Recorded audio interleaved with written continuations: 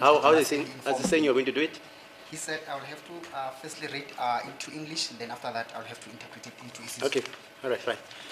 Okay, fine. Yeah. Okay, let's continue. But before we continue, Mr. About your query, Mr.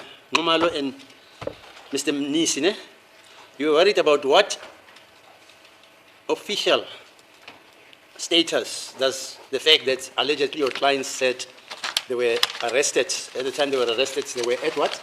In jail, right? The question, fine, it's valid, but the point is, I dealt with a case like this.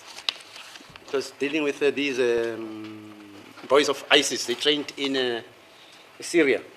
The question arises, but it has got no legal effect, on the following basis. There was no litis contestatio. You've heard of that? That's it. So if there's no litis contestatio, there's no legal effect because you haven't pleaded. Your client hasn't pleaded. Do you agree, Mr. Baloi and the doctor? And I can give you an SCA decision now. Hello? I don't hear you. Well, we'll look into that, but our view is if someone spontaneous. Yeah, fine. Hey, he makes it spontaneously. I was not there. I was in Natal. I was incarcerated. Fine. But then he pleads not guilty, right? And he chooses not to give a plea explanation. And before the plea stage, the law is very clear. They say there's no legal effect of that statement. I know Himstra says there is, State versus Nkoshe. You read that decision? Yes. I'm going to quote it some other time. Yes. Himstra says, but he refers to after the plea. He says anything said by a counsel and by an accused person after the plea, the court must take that into consideration.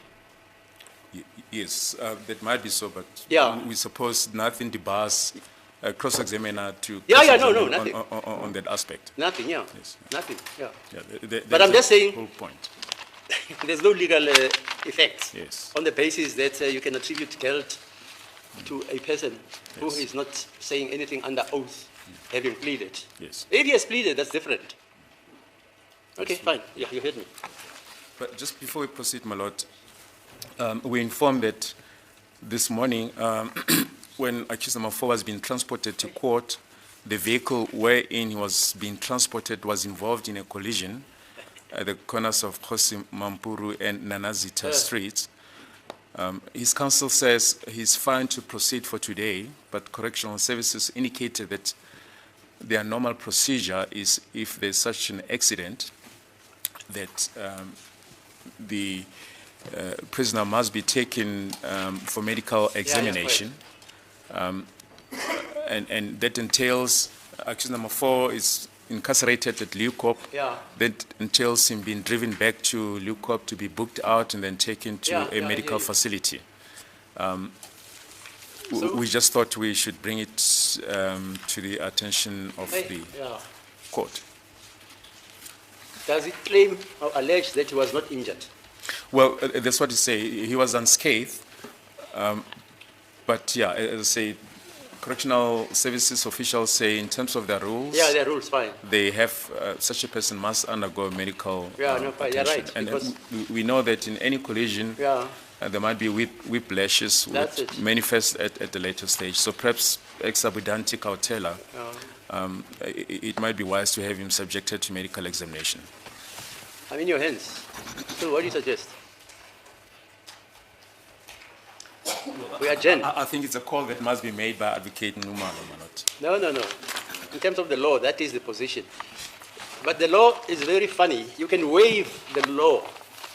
He's the only one who can waive that right to say, I appreciate and I know that after such an exigency, I'm entitled in terms of the law to be examined, and I insist that I should be so examined. But he can say, well, I waive the right to do that. But I don't encourage him to do that. I'm just saying a right can be waived. Yes. The only problem is if one is not trained in the field of medicine. Yeah, then he will say, hey, it was, what do they call those injuries? The whiplashes. Yeah, no, they use a word for that, which are not apparent. Latent injuries, yes. I know lawyers who do RAF. A guy They allege he was involved in an accident.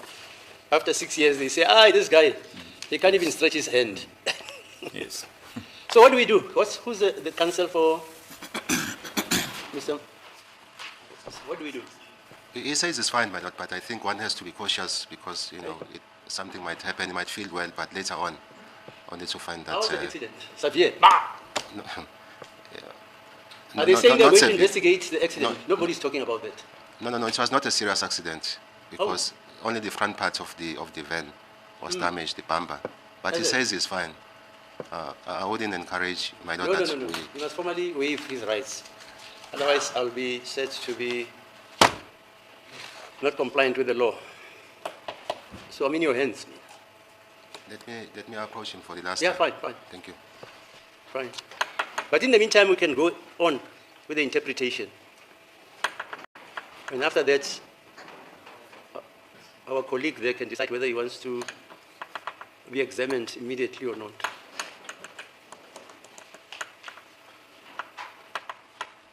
So what, you want us to adjourn? I can adjourn? Thank you, my lord, for the court's indulgence. He says it's fine, we can proceed. He has waived his right. Yeah. It must be formally done.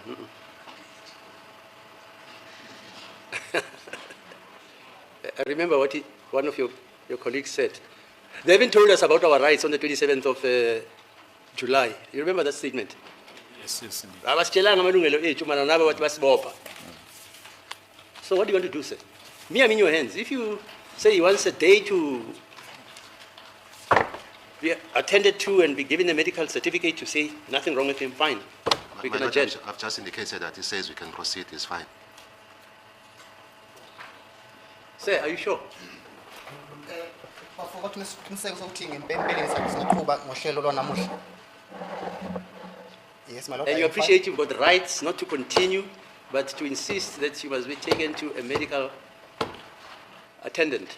Bathi unalo-ke ilungelo ukuthi simise kancane-ke ngohlelo lwanamuhla liqhuba la inkantolo-ke kuze fika isikhathi la uhamba khona-ke uhlangana khona-ke nabodokotela bathi ukuhlola kancane. Right, Bafo? I am fine, my lord. I can tell you this. It doesn't mean that in 20 years' time, when you believe that you had a latent fracture, you can't sue the government, okay? It just means you can go on today. It doesn't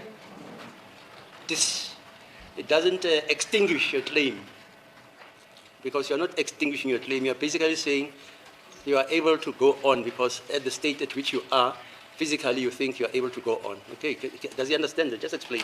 Athi lokho kusho ukuthi-ke ngemuva kweminyaka-ke engamashumi amabili-ke uma ungabe sele ungazizwa kahle-ke esimeni sakho sempilo, lokho kuyakuvimba ukuthi ufake-ke icala malana nombuso-ke lapho-ke athi lokho ungakwenza-ke futhi unenkululeko yokuthi lokho ungakwenza uyezwa-ke ekuhambeni kwesikhathi ngabe lokho kuyakuhlupha-ke. Okay. Yeah, okay, let's continue with that interpretation. Fine by me, my lord. Yeah. Shall I adjourn until tomorrow?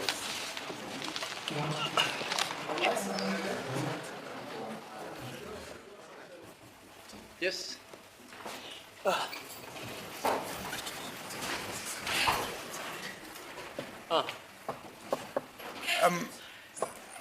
I don't know, my lord, if there's been changes, but What? we received a communication that the funeral will be on Friday at 8. You know what? Is that of the lady? Yes, Miss Justice Klabi. She's got a funeral, she's got a cremation, she's got a memorial service. Which one are you referring to? I'm looking at the communication, the formal communication. that What was did they say issued, there? my lord, yes.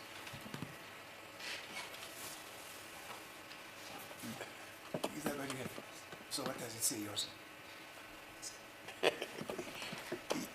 Then you can confirm with the judge. They say it's at 8 o'clock. Yes, on Friday, my lord. It says the Where do funeral you get this? service Let's see is on that. Friday from 8 o'clock at Catholic Church of the Beauty Chutes, Plot 88 Attenbury Road, Extension at Zwafelpoort, Pretoria. And today, is the 27th August, from 4 to 6, there's a memorial service at Catholic Church at Cathedral of the Sacred Heart, there by the Nanasita Street. my lord. Okay, and the cremation is when? Oh, okay. Yes, I'm not so sure. Yeah, there's if a it's fine. I mean, this lady, I know her well. She was the master, the first, not the second. She was the second black African Master of the Supreme Court. The first one was Ms. Finga in the Transkei, who was the first black attorney in South Africa. And she was the first master in 1976, somewhere there, in Mafikeng. And then thereafter she served as an attorney, blah, blah, blah, blah. Okay, so the funeral is on Friday at 8 o'clock. It will be cold at 8 o'clock. No, it's because they wanted to cremate her. Maybe there won't be any fire. Maybe, my lord, Mr. Ashley can confirm. Yeah, no, fine. Look, if it's not tomorrow, then I'll come at 10 o'clock and then we'll sit the whole day, no problem. Because everything's on Friday now. According to that communication. Okay, fine. So we're sitting then tomorrow. Okay.